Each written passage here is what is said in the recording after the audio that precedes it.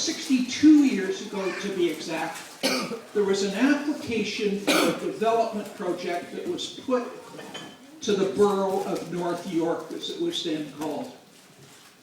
And it was for a new kind of development that we've never seen before in Ontario, in Canada.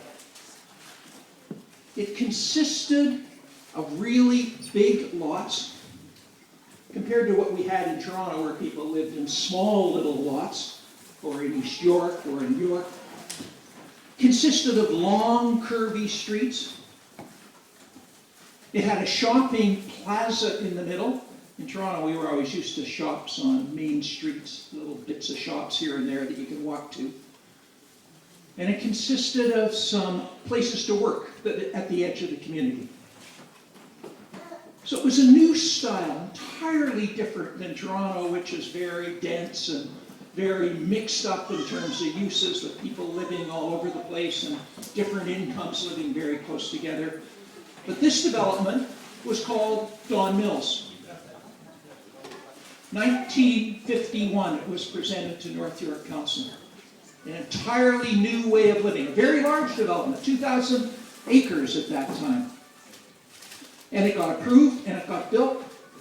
E.P. Taylor, who was then a famous businessman in Canada, was the guy behind it. He made piles more money from this development. It made him a fortune, so much so that in fact people have been repeating Don Mills ever since. For the last 62 years, when we think if we're going to add on to cities, how do we add on to it? By taking a whole bunch of farmland and building a sprawling development. And that's what we've been doing. Now, what was interesting about Don Mills was that it didn't really work financially. The municipality said, you know, we can't afford to build the sewer system that's necessary for all these houses.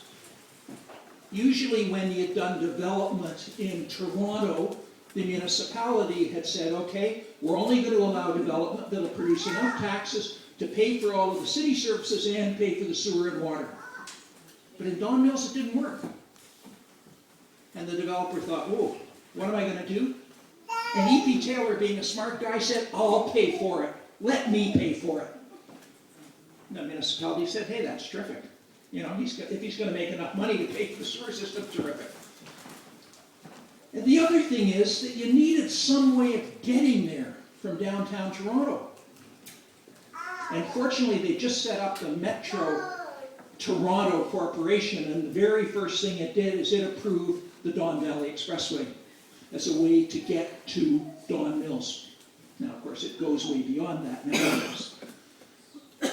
But what was interesting was that right from day one, that development could never afford to pay for itself. It was so spread out, it didn't work financially. And as I say, we've been repeating it for the last 60 years, everywhere.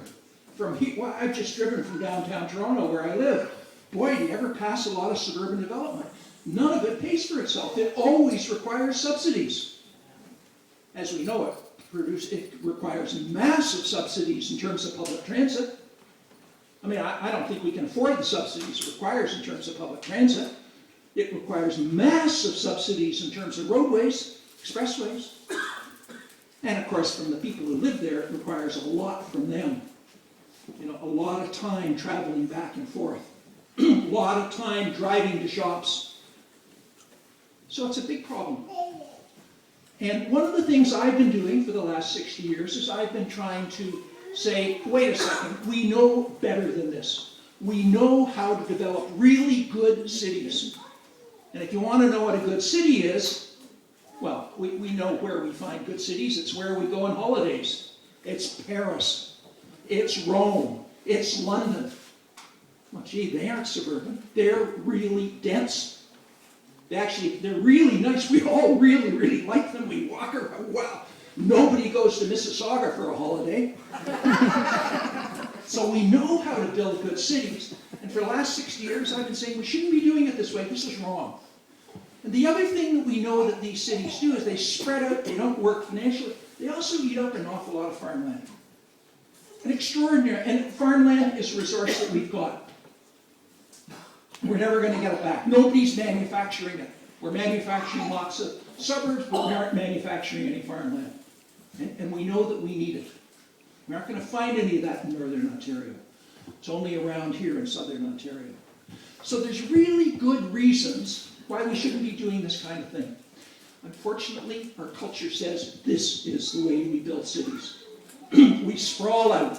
We take farmland and we put some more suburban houses on it that don't work and don't pay for themselves and require big subsidies. So it's part of our culture. It's really, really hard to fight this kind of development, even though it's wrong. And my feeling is that even though it is wrong and it's hard to fight it, we have to fight it. We don't have any choice.